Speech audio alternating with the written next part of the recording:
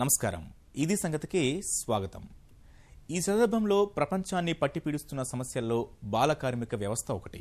కోట్ల మంది చిన్నారుల భవిష్యత్తును చిదిమేస్తున్న ఈ అనాగరికత నిర్మూలనకు ఎంత కృషి చేస్తున్నా సమస్య అలాగే ఉంది. ప్రభుత్వాలు, స్వచ్ఛంద సంస్థలు బాల్యానికి రక్షణ కల్పించేందుకు చేపట్టిన చర్యలు పూర్తి ఫలితాలను సాధించడం లేదు. చట్టం ప్రకారం 14 ఏళ్లలోపు పిల్లల్ని ఎక్కడైనా పనుల్లో పెట్టడం నిషేధం, నేరం. కానీ కొందరు స్వార్థంతో చట్టానికి తూట్లు పొడుస్తూ తమ పనుల్ని కానిచేస్తున్నారు. ఇలాంటి పరిస్థితుల్లో చిత్తశుద్ధితో పనిచేస్తే ఏ కార్యక్రమమైనా ఫలితాలనిస్తుందని నిరూపిస్తున్నాయి తెలుగు రాష్ట్రాలు. అందులో భాగంగానే రేపటి తరం రక్షణ కోసం ఎన్నో చర్యలు చేపట్టింది తెలంగాణ ప్రభుత్వం. 2 ఏళ్ల నుంచి భాగ్యనగరంలో 100 మంది బాల కార్మికులకు విముక్తి కల్పించి విద్యాలయాల్లో చేర్పిస్తోంది. ఆపరేషన్ ముస్కాన్ పేరుతో చేపట్టిన కార్యక్రమంతో వసివాడిన పసిముఖాల్లో మళ్లీ చిరునవ్వులు వెలిగేలా చేస్తోంది.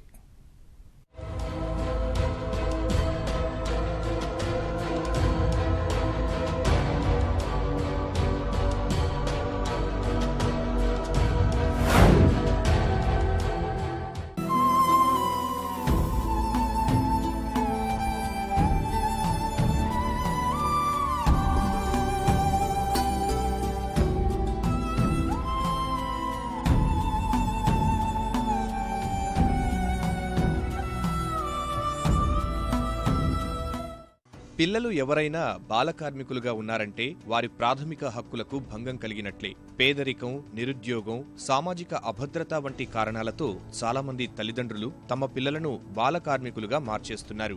కనీస అవసరాలకు సరిపడా ఆదాయం దొరకని అనేక కుటుంబాలు తమ పిల్లల్ని పనుల్లో చేర్పిస్తున్నాయి. వెట్టి చాకిరీ, సామాజిక అంశాలు ఇందుకు కారణమవుతున్నాయి. కొందరు పిల్లలు వంశపారపర్యంగా వస్తున్న పనుల్లోనే కొనసాగుతున్నారు. తెలిసి తెలియక ఆ వృత్తుల్లోనే మగ్గిపోతున్నారు.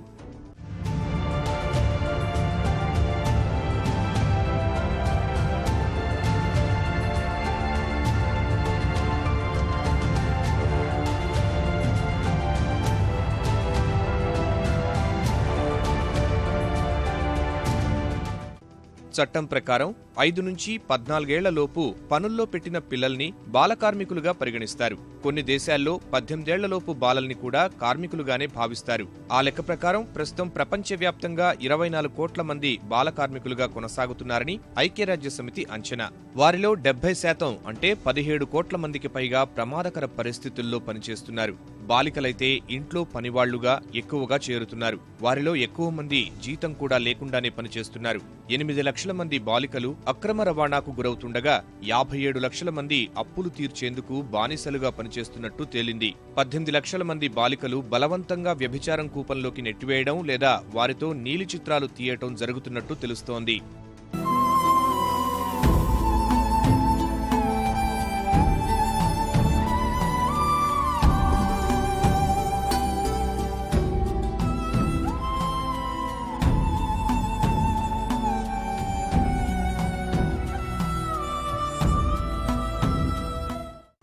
మన దేశంలో బాలకార్మికులు 3,30,00,000 లక్షల వరకు ఉన్నారు. వీరంతా పరిశ్రమలు, వ్యవసాయం, తయారీ, మైనింగ్, నిర్మాణ రంగం, సేవలు సహా అనేక రంగాల్లో కార్మికులుగా పనిచేస్తున్నారు. 2011 జనాభా లెక్కల ఆధారంగా యూనిసెఫ్ భారత్ విభాగం అందించిన వివరాల ప్రకారం చూస్తే 2015 నాటికి తెలంగాణలో 5 నుంచి 14 ఏళ్ల మధ్య వయస్సున్న బాలల సంఖ్య 66,97,525 కాగా ఇందులో బాలకార్మికుల సంఖ్య 3,72,000కు పైనే ఉంది. బాలకార్మికులు పట్టణాల్లోనే ఎక్కువగా ఉన్నట్లు తేలింది. కొందరు కనీసం ప్రాథమిక విద్య కూడా పొందకుండానే కార్మికులుగా మారుతున్నారు. అక్కడ కూడా వారి శ్రమకు తగ్గ వేతనాలు ఇవ్వక యాజమాన్యాలు మరొక రకమైన దోపిడీకి పాల్పడుతున్నాయి. కొంతమంది బాలలు వారి సామర్థ్యానికి మించిన పనుల్ని చేయాల్సి వస్తోంది. ప్రమాణాలకు అనుగుణంగా లేని ప్రమాదకర పరిస్థితుల్లో సైతం బాలలు పనిచేస్తున్నారు. బాల కార్మికులు భౌతిక, లైంగిక దాడులు ఎదుర్కోవలసి వస్తోందని అనేక నివేదికలు వివరిస్తున్నాయి.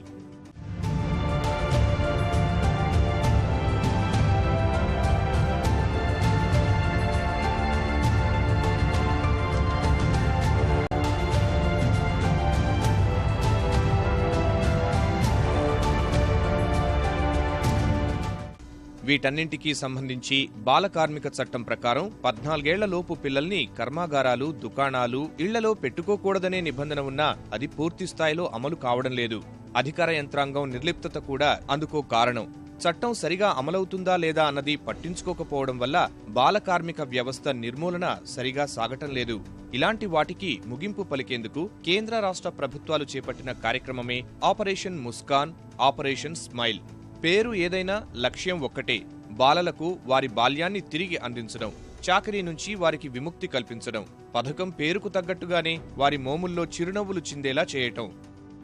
14 ఏళ్లలోపు పిల్లలను కార్మిక లోకం నుంచి విముక్తి కల్పించడానికి 2014 చివర్లో ఈ కార్యక్రమాన్ని చేపట్టారు. ఈ ఆపరేషన్లో కార్మిక శాఖ, సిఐడి, పోలీసు, బాలల సంరక్షణ శాఖ, బాలల హక్కుల కమిషన్, మహిళా సంఘం అందరూ భాగస్వాములుగా ఉంటారు. సంబంధిత అధికారులు సంయుక్తంగా కర్మాగారాల్లో దాడులు చేయడం, బాల కార్మికులు పనిచేస్తుంటే వారికి విముక్తి కల్పించడం వీరి బాధ్యత. ఆపరేషన్ స్మైల్ కార్యక్రమం కింద అధికారులు ఏటా జనవరి నెలంతా కర్మాగారాల్లో దాడులు చేస్తే, ఆపరేషన్ ముస్కాన్ ఏటా జులై నుంచి ఆగస్టు వరకు సాగుతుంది. తొలిసారిగా 2015 జనవరిలో ఆపరేషన్ స్మైల్ ప్రారంభమైంది. సంబంధిత అధికారుల బృందం జంట నగరాల్లోని కర్మాగారాల్లో దాడులు నిర్వహించి పలువురు బాల కార్మికులకు విముక్తి కల్పించింది.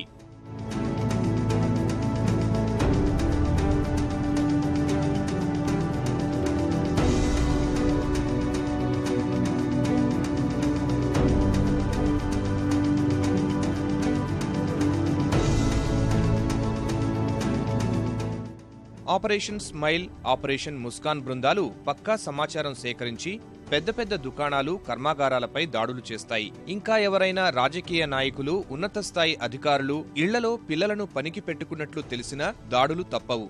ఇప్పటి వరకు ఉన్న వివరాల ప్రకారం హైదరాబాద్, సికింద్రాబాద్ జంట నగరాల్లోని వివిధ కర్మాగారాలు, దుకాణాల్లో దాదాపు 30,000 మంది వరకు బాల కార్మికులు పనిచేస్తున్నట్లు అధికారులు అంచనా వేశారు. దాదాపు 7,000 మంది పిల్లలు కొందరు పెద్దల ఇళ్లలో పనిచేస్తున్నారని తేల్చారు. వాళ్లలో 2015 నుంచి నేటి వరకు 2 ఆపరేషన్ల ద్వారా 1,510 మంది బాల కార్మికులకు విముక్తి కల్పించినట్లు అధికారిక లెక్కలు తెలియజేస్తున్నాయి. 2015 జనవరిలో ఆపరేషన్ స్మైల్ కింద 408 మంది బాల కార్మికులకు విముక్తి కల్పించగా, అదే ఏడాది ఆపరేషన్ ముస్కాన్ కింద జులైలో 538 మందికి, 2016 జనవరిలో ఆపరేషన్ స్మైల్ కింద 328 మందిని, ఈ సంవత్సరం జులై 1వ తేదీ నుంచి నేటి వరకు 236 మంది బాల కార్మికులకు విముక్తి కల్పించారు.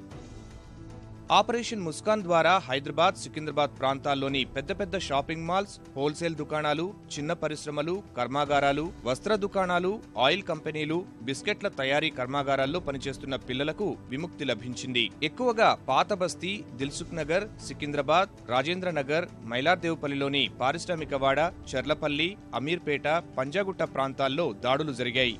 సంబంధిత కర్మాగారాల్లో పనిచేస్తున్న బాల కార్మికులకు విముక్తి కల్పించిన తరువాత వారిని బాలల సంరక్షణ కేంద్రానికి తరలించి తల్లిదండ్రులను పిలిపించి కౌన్సిలింగ్ ఇవ్వటం ఈ బృందాల విధి.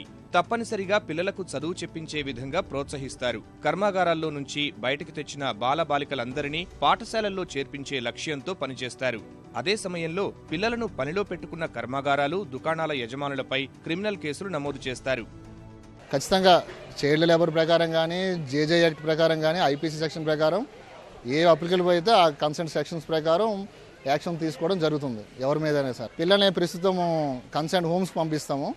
అక్కడ వెరిఫై చేసుకొని ఏజ్ కానీ కన్సెంట్ ఏజ్ అన్ని వెరిఫై చేసుకొని తదుపరి యాక్షన్ మన చైల్డ్ వెల్ఫేర్ కమిటీ వాళ్ళు వస్తారు. వాళ్ళ ద్వారా మిగతా యాక్షన్ అనేది తీసుకుంటాం.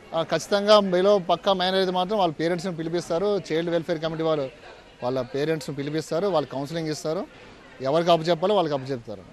ఆపరేషన్ ముస్కాన్ బృందం నిర్వహించిన దాడుల్లో మైలార్దేవ్పల్లిలో ఓ కర్మాగారంపై జరిపిన తనిఖీ ప్రధానమైనది. ఇక్కడ దాదాపు 50 మంది బాలబాలికలు పనిచేస్తున్నట్లు గుర్తించిన అధికారులు వారందరికీ విముక్తి కల్పించి కౌన్సిలింగ్ ఇచ్చారు. తమిళనాడుకు చెందిన ఈ కర్మాగారం యజమానిపై సిఐడి అధికారులు కేసులు నమోదు చేశారు. కర్మాగారాల్లో బాల కార్మికులను పనిచేయించుకోవడమే నేరమైతే అదనంగా నిబంధనలకు విరుద్ధంగా 12 గంటలు పనిచేయించుకుంటున్నట్లు అధికారుల విచారణలో తేలింది. ఈ పిల్లలనే వాళ్ళు వివిధ రకాల సర్కమ్స్టెన్స్ నుంచి వచ్చినారు. వారికి ఇక్కడ వసతులు అనేవి సరైన కల్పించకపోగా వారి యొక్క ఏజ్కి సంబంధించిన ఎటువంటి ఆధారాలు కూడా లేవు ఇక్కడ. సో సరైన వసతులు లేని కారణంగా పిల్లలు చాలా ఇబ్బంది పడుతూ ఇక్కడ పనిచేయడం జరుగుతున్నది.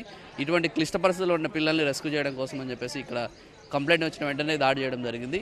వీళ్ళకు సరైన అవకాశాల కోసం అని చెప్పేసి పిల్లల్ని CWC ముందు పెట్టి వాళ్ళని మేము సరైన మార్గానికి ఇది చేసడం జరుగుతుంది. అంటే ట్రావెలింగ్ ఇదంతా కలుపుకుంటే వాళ్ళకి 14 hours వర్క్ నడుస్తుంది. అదో డైలీ వేజ్ ప్రకారం మనం ప్రభుత్వ చట్టంగా మనం ఒకటి చూసుకుంటే ఆ డైలీ వేజ్ కూడా వీళ్ళకి 180 రూపాయలు వీళ్ళు పే చేస్తున్నారు. అది కూడా అందట్లేదు. మహిళలకు ఏదైతే భద్రత ఉందో, ఏదైతే సాధికారత ఉందో అది సాధించుకోవాలన్న ఉద్దేశంతో మేము ఈ రైడింగ్ చేయడం జరిగింది. ఇంకా మేము ముసలోళ్ళకి కానీ అమ్మాయిలకు కానీ ఇంకేదైనా ఉపాధి కావాలంటే మేము అందించడానికి మేము సిద్ధంగా ఉన్నాం. వాళ్ళకి ఏమైనా ఏర్పాట్లు కావాలన్నా మేము NFIW నుంచి మేము చేయడానికి ముందుకు వస్తాం. ఇలాంటి చట్ట వ్యతిరేక కార్యకలాపాలకు పాల్పడుతున్న కర్మాగార యజమానులపై కార్మిక శాఖ చట్టాల ప్రకారం కేసులు నమోదు చేస్తున్నా జరిమానాలు వేసి వదిలేస్తున్నారు. 20,000 నుంచి 60,000 రూపాయల వరకు విధిస్తున్న జరిమానాలు వారికి కనువిప్పు కలిగించలేకపోతున్నాయి. ఆపరేషన్ స్మైల్, ఆపరేషన్ ముస్కాన్ కింద అధికారులు దాడులు చేసి బాల కార్మికులకు విముక్తి కల్పిస్తున్న వారిలో ఎక్కువ శాతం ఇతర రాష్ట్రాలకు చెందిన వారే ఉన్నారు.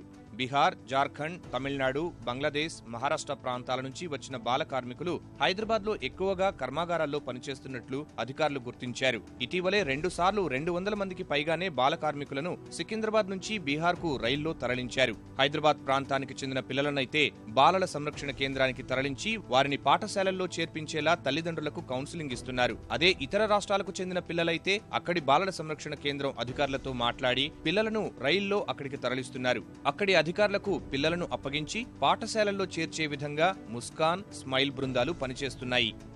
సంఖ్యలో పిల్లలను వేరే రాష్ట్రాల నుంచి, వేరే జిల్లాల నుంచి తీసుకొచ్చి ఇక్కడ ఆ పిల్లలను బాలకార్మికులుగా పెట్టుకున్నారు. బాలకార్మిక నిర్మూలన చట్టం కింద, అట్లాగే రెవెన్యూ చట్టాల కింద కూడా కేసులు బుక్ చేసినాము. ఈ కేసుల మేరకు యజమాన్యాన్ని అదుపులోకి తీసుకొని తర్వాత ఈ చైల్డ్ పిల్లలందరినీ కూడా హోంలకు తరలించి వాళ్లకు పునరావాసం కూడా మేము కల్పిస్తాం. ఇది బాల హక్కుల కమిషన్ ఆదేశాలతో రాష్ట్రం అంతా కూడా జరుగుతున్నటువంటి కార్యక్రమం. ఇందులో CID డిపార్ట్మెంటు, మహిళా సమాఖ్య ప్రధాన పాత్ర పోషించినాయి. బాల కార్మికుల విముక్తి కోసం ప్రభుత్వం చేస్తున్న ఆపరేషన్ ముస్కాన్, ఆపరేషన్ స్మైల్ కార్యక్రమాలు సత్ఫలితాలిస్తున్నా ఇంకా చిత్తశుద్ధితో పనిచేయాల్సిన అవసరం ఉందనే అభిప్రాయాలు వ్యక్తమవుతున్నాయి. పెద్దలు, రాజకీయ నాయకుల ఇళ్లల్లో దాడులు చేసిన సందర్భాల్లో ఒత్తిళ్ల కారణంగా కేసులు నీరుగారిపోవడం ఆపరేషన్ ముస్కాన్ బృందాలకు నిరాశ కలిగిస్తోంది. బాల కార్మిక వ్యవస్థను సమూలంగా నిర్మూలించాలంటే అందరి సహకారం అవసరం. ఈ పరిస్థితికి కారణమైన వ్యవస్థల్లో మార్పు తీసుకురావడం ద్వారానే ఇది సాధ్యం. పిల్లల్ని పనులు మాన్పించి బడుల్లో చేర్పించినంత మాత్రాన సమస్య పరిష్కారం కాదు. పేదరికం కారణంగానే ఇలాంటి పరిస్థితులు ఎదురవుతున్నందువల్ల వారి తల్లిదండ్రులు ఆర్థికంగా ఎదిగేందుకు సరైన అవకాశాల్ని కల్పిస్తే సానుకూల ఫలితాలు కనిపించవచ్చు. వర్షాకాలం అసలే వ్యాధులు ముసిరే కాలం. ఒక్కసారిగా మారే వాతావరణంతో జలుబు, దగ్గు లాంటి చిన్న చిన్న సమస్యల నుంచి కలరా, మలేరియా, అతిసార వంటివి ఇష్టానుసారం విజృంభించే రోజులివి. అందుకే వర్షాకాలం వస్తుందంటేనే ఆరోగ్యపరమైన అప్రమత్తత అత్యవసరం. ఏమాత్రం అలసత్వం ప్రదర్శించినా జరిగే నష్టం మాత్రం అపారం. సీజనల్ సమస్యలకు తోడు చిత్తడి పరిసరాలతో కొత్త కొత్త సమస్యలు సవాలు విసురుతూ ఉంటాయి. ఇప్పుడు రాష్ట్రంలో జరుగుతోంది అదే. విషజ్వరాలు విజృంభిస్తున్నాయి. వేల సంఖ్యలో అతిసార, వందల సంఖ్యలో మలేరియా, డెంగీ, కలరా కేసులు నమోదవుతున్నాయి. రోగాలతో ప్రభుత్వ, ప్రైవేటు ఆసుపత్రులు కిక్కిరిసిపోతున్నాయి.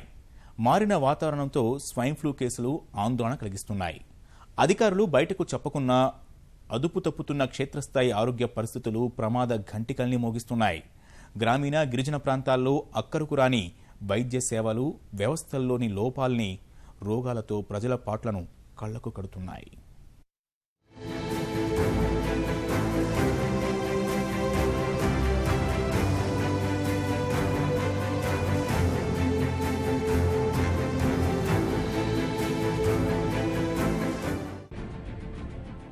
రాష్ట్రాన్ని వణికిస్తున్న జ్వరాలు.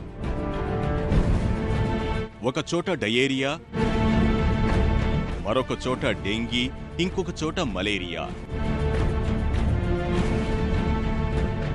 అక్కడక్కడా కలరా కాటు. జ్వరం పేరు, ప్రాంతం పేరు మారొచ్చు. వాటి తీవ్రత మాత్రం ప్రజల్ని వణికిస్తోంది. జ్వరాల విజృంభణకి ప్రభుత్వ, ప్రైవేట్ ఆస్పత్రులు కిటకిటలాడుతున్నాయి. సాధారణ జ్వరాలకు తోడు డయేరియా, డెంగీ, మలేరియా చాప కింద నీరులా విస్తరిస్తున్నాయి. వాతావరణంలో మార్పులు, అపరిశుభ్ర పరిస్థితులు, కలుషిత నీరు కారణాలేవైతేనే ప్రజారోగ్యం పడకేస్తోంది. రోజురోజుకు పెరుగుతున్న కేసులు ప్రమాద ఘంటికలు మోగిస్తున్నాయి.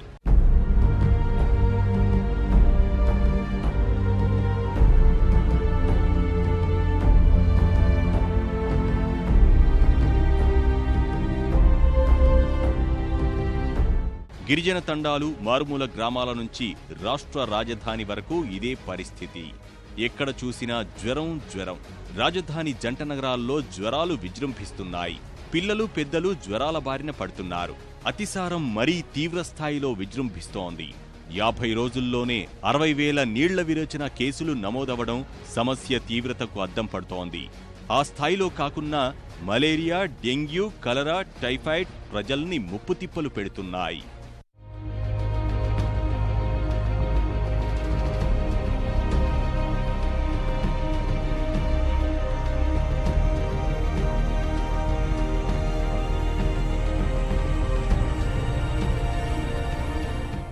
యథేచ్ఛగా కలుషిత జలాల సరఫరా, గతిలేక ఆ నీరే తాగుతున్న దుస్థితిలో అతిసారం మరీ తీవ్రస్థాయిలో పంజా విసురుతోంది. తెలంగాణ వ్యాప్తంగా ప్రజారోగ్య విభాగం లెక్కల ప్రకారమే 50 రోజుల్లో అంటే జూన్ నుంచి జూలై 20 మధ్య రాష్ట్రంలో 60,822 అత్యవసర నీళ్ల విరేచనాల కేసులు నమోదయ్యాయి. అత్యధికంగా మెదక్ జిల్లాలో 10,672 కేసులు నమోదవగా 7,406 కేసులతో హైదరాబాద్, 7,057 కేసులతో రంగారెడ్డి జిల్లాలు తర్వాత స్థానాల్లో నిలిచాయి. ఆ లెక్కలు ప్రభుత్వాసుపత్రులకు సంబంధించినవి మాత్రమే. ప్రైవేట్ ఆసుపత్రుల్లో చికిత్స పొందుతున్న రోగులు ఇంకా ఎక్కువే ఉంటారని అంచనా. చాప కింద నీరులా విస్తరిస్తూ భయపెడుతున్న డయేరియా ఇప్పటికే దేశవ్యాప్తంగా ప్రజల ప్రాణాలతో చెలగాటం ఆడుతోంది. దేశంలో ఏటా 2 లక్షల మంది పిల్లలు ఈ డయేరియా కారణంగా వచ్చే నీళ్ల విరేచనాలతో మృత్యువాత పడుతున్నారు. 5 ఏళ్లలోపు పిల్లల మరణాల్లో 13% అదే కారణమని అధ్యయనాలు చెబుతున్నాయి. అందుకు ప్రధాన కారణం రక్షిత తాగునీటి సరఫరాలో వైఫల్యమే. పల్లెల్లో రక్షిత తాగునీరు సౌకర్యం లేక చెరువులు, కుంటలపైనే ఆధారపడుతున్నారు. పల్లెల్లో ట్యాంకులు ఎప్పటికప్పుడు శుభ్రపరచకపోవడం, పైపులైన్ల లీకేజీలు పట్టించుకోకపోవడం వల్ల నీరు కలుషితమవుతోంది. వర్షాలతో నీరు కలుషితమయ్యే ముప్పు మరింత ఎక్కువైంది.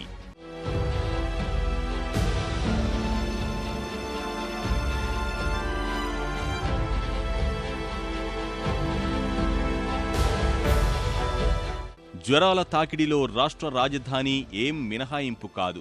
భాగ్యనగరం ప్రభుత్వ, ప్రైవేట్ ఆస్పత్రులు బాధితులతో కిటకిటలాడుతున్నాయి. ఆస్పత్రుల్లో అవుట్ పేషెంట్ విభాగాలతో పాటు ఇన్పేషెంట్గా చేరుతున్న వారి సంఖ్య కూడా పెరుగుతోంది. ఫీవర్ ఆస్పత్రికి నెల రోజులుగా జ్వరాల బాధితుల తాకిడి భారీగా పెరిగింది. రోజు సరాసరి 50 మంది వరకు ఆస్పత్రిలో అడ్మిట్ అవుతున్నారు. విషజ్వరాలు ఎక్కువ మందిని వేధిస్తున్నాయి. మే నెలాఖరు నుంచి కేసుల సంఖ్య ఒక్కసారిగా రెట్టింపు అయ్యింది. డెంగీ, మలేరియా, టైఫాయిడ్, డయేరియా అన్నింటితో 10ల నుంచి 100ల సంఖ్యలో ప్రజలు బాధితులుగా మారుతున్నారు. నల్లకుంట ఫీవర్ ఆస్పత్రికి వరుస కడుతున్న బాధితుల సంఖ్య సమస్య తీవ్రతకు నిదర్శనంగా చెప్పొచ్చు. ఉస్మానియా, గాంధీ ఆస్పత్రుల్లో పరిస్థితి అదే విధంగా ఉంది. నగరంలోని కార్పొరేట్, ప్రైవేట్ ఆస్పత్రులు, నర్సింగ్ హోంలలోనూ పెద్ద సంఖ్యలో జ్వరాలతో చేరుతున్నారు.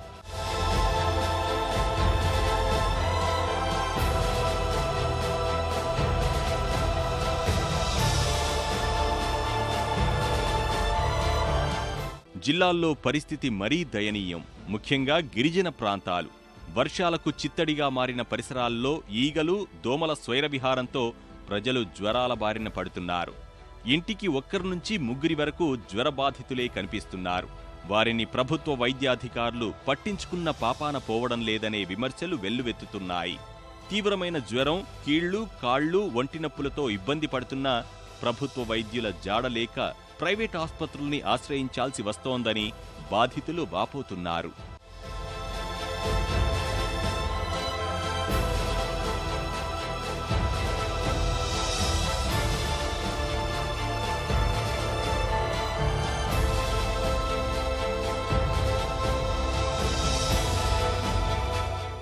ఉదాహరణకు ఆదిలాబాద్ జిల్లా.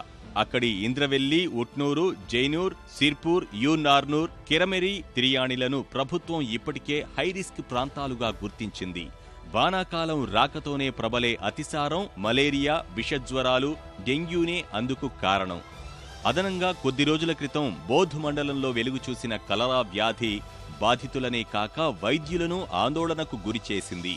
వృద్ధులు, పిల్లల ఆర్తనాదాలతో ఆసుపత్రి దయనీయంగా మారింది. అనారోగ్యాలతో వైద్యశాలకు వస్తున్న వారిలో 90% అతిసారం బాధితులే. ఈ సమస్యకు సంబంధించి వైద్యారోగ్య శాఖ తరఫున ఆసుపత్రులకు సరైన మందులు పంపిణీ చేయడం లేదనే ఆరోపణలు ఉన్నాయి. వ్యాధి తీవ్రత ఉన్న చోట్ల ఆసుపత్రుల ప్రత్యేక నిధి నుంచే అత్యవసర ఔషధాలు కొనుగోలు చేయాల్సి వస్తోంది. ఆదిలాబాద్ జిల్లాలో వెలుగు చూసిన మరో ఆందోళనకర అంశం రక్తహీనత. సాధారణంగా రక్తంలో 11.5 నుంచి 14.5 వరకు హిమోగ్లోబిన్ ఉండాలి. అప్పుడే ఆరోగ్యవంతులుగా లెక్క. ఆదిలాబాద్ జిల్లాలో అనారోగ్యానికి గురవుతున్న ఆదివాసీల్లో అది సగటున 4.5% పడిపోతోంది. ఆ సమస్యకు తోడు అతిసారం. అవే పరిస్థితులు అక్కడ ప్రమాద ఘంటికలు మోగిస్తున్నాయి. ప్రభుత్వ పరంగా ఏజెన్సీ ఏరియాలో కావాల్సిన అన్ని జాగ్రత్త చర్యలు తీసుకోవడం జరిగింది. అన్ని ఎక్విప్మెంట్స్ ఇవ్వడం జరిగింది. ల్యాబ్ ఎక్విప్మెంట్, అక్కడ అవసరం టెస్ట్ కిట్లు కానీ, తర్వాత మెడిసిన్ కానీ అవైలబుల్గా పెట్టడం జరిగింది. అందరు డాక్టర్లు అలర్ట్గా ఉన్నారు. అన్ని హాస్పిటల్స్లో మందులు అవైలబుల్ పెట్టడం జరిగింది. మరి ఏజెన్సీల్లో ఏది వచ్చే అన్నిటికీ మనం ఎదుర్కోవడానికి సిద్ధంగా ఉన్నాం. రక్తహీనత అనేది మరి ఈ డిఫిషియన్సీస్తో వస్తూ ఉన్నాయి. వాటిని మాల్ న్యూట్రిషన్ అని, దానికి ఒక అప్పటికప్పుడే మనం చేసేది కాదు. అది ఒక ప్రొలాంగ్గా వాటిని వాళ్ళకు ట్రీట్మెంట్ ఇవ్వాల్సిన అవసరం ఉంది, వాళ్ళకు సప్లిమెంట్స్ ఇవ్వాల్సిన అవసరం ఉంది. ఆ దిశగా మరి పిఓ గారు కానీ డిపార్ట్మెంట్ అంతా కూడా చర్యలు చెప్పడం జరుగుతూ ఉంది. కరీంనగర్, నిజామాబాద్ జిల్లాలోనూ జ్వరాల తీవ్రత పెరిగింది. కరీంనగర్ జిల్లా సిరిసిల్ల, మహదేవ్పూర్, మల్హార్, మహాముత్తారం మండలాల్లో జ్వరాల బారిన పడుతున్న వారి సంఖ్య పెరుగుతూ వస్తోంది. వాటిల్లో చాలా వరకు వాతావరణ మార్పుల వల్ల సాధారణ జ్వరాలే అని తేలిగ్గా తీసుకుంటున్న అధికారులు వాస్తవాలు బయటకు చెప్పడం లేదనే విమర్శలున్నాయి. నిజామాబాద్ జిల్లా అయితే అంతటా విషజ్వరాలు వణికిస్తున్నాయి. అధికారికంగానే ఇప్పటివరకు 51 డెంగ్యూ కేసులు నమోదయ్యాయి. అతిసారం, మలేరియా వల్ల అనేక మంది మంచాన పడ్డారు. కామారెడ్డి, ఎల్లారెడ్డి నియోజకవర్గాల్లో అతిసారం మరీ అధికంగా కనిపిస్తోంది. జుక్కల్, నిజామాబాద్ పట్టణం, గ్రామీణం, బోధన్ నియోజకవర్గాల్లో డెంగీ, విషజ్వరాలు అధికంగా ఉన్నాయి. జిల్లాలోని లింగంపేట మండలం సురాయిపల్లి తండా, కొట్టాల్గడ్డ తండాల్లో జ్వరాలు మరీ విజృంభిస్తున్నాయి. చిన్న పెద్ద తేడా లేకుండా ప్రజలు జ్వరాలు, వాంతులు, విరేచనాలు, ఒంటినొప్పులతో మంచాన పడుతున్నారు. లేవలేని స్థితిలో ఇంట్లో మూలన పడుకుంటున్నారు. వరంగల్ జిల్లా ఏజెన్సీ పరిధిలోని తాడ్వాయ్, ములుగు ప్రాంతాల్లో ఈ ఏడాది జూన్ వరకు వేల సంఖ్యలో జ్వరాల కేసులు నమోదయ్యాయి. డెంగీతో 3, మలేరియాతో 53 మంది, డయేరియాతో 6,000 మంది వరకు ఆస్పత్రుల్లో చేరారు. జిల్లా వ్యాప్తంగా 1,32,083 రక్త పరీక్షలు నిర్వహించారు. ఖమ్మం జిల్లాలో 4 మండలాల్లో సీజనల్ వ్యాధులు ప్రతాపం చూపిస్తున్నాయి. చెర్ల, దుమ్ముగూడెం, వెంకటాపురం, వాజేడుల్లో జ్వరాలు వణికిస్తున్నాయి. మెదక్ జిల్లాలోనూ అతిసారం, విషజ్వరాలు విజృంభిస్తున్నాయి. రోజూ వందల మంది ఆస్పత్రుల్లో చేరుతున్నారు. గ్రామాల్లో ప్రత్యేక శిబిరాలు ఏర్పాటు చేశారు. కౌడిపల్లి మండలం బండపోతుగల్లో 2 రోజుల్లోనే 50 మంది అస్వస్థతకు గురై చికిత్సలు పొందుతున్నారు. వాంతులు, విరేచనాలతో అస్వస్థతకు గురవడం వల్ల జోగిపేట, సంగారెడ్డి ఆస్పత్రుల్లో చికిత్స అందిస్తున్నారు. విషమంగా ఉన్న వారిని హైదరాబాద్కు తరలిస్తున్నారు. కలుషిత నీరు నీటి పైప్లైన్లలోకి వెళ్లి తాగునీరు కలుషితమవడంతో ఈ పరిస్థితి నెలకొందని వైద్యులు పేర్కొంటున్నారు. బాధితుల తాకిడితో కొన్ని చోట్ల పడకలు సరిపోక ఒకే మంచంపై 2 పడుకోబెట్టి సేవలందిస్తున్నారు. మెదక్ జిల్లా కేంద్ర ఆస్పత్రిలోనూ అన్ని వార్డుల్లో ఇదే పరిస్థితి నెలకొంది. జూలై 31 నాటికి మెదక్ జిల్లా కేంద్ర ఆస్పత్రికి 650 మంది వరకు అతిసారం బాధితులే వచ్చారు.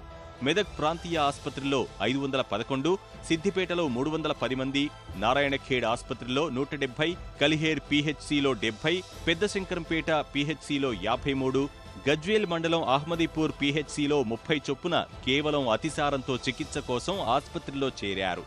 జిల్లా వ్యాప్తంగా వేలాది మంది అతిసారం, విషజ్వరాలు, డెంగ్యూతో బాధపడుతున్నారు.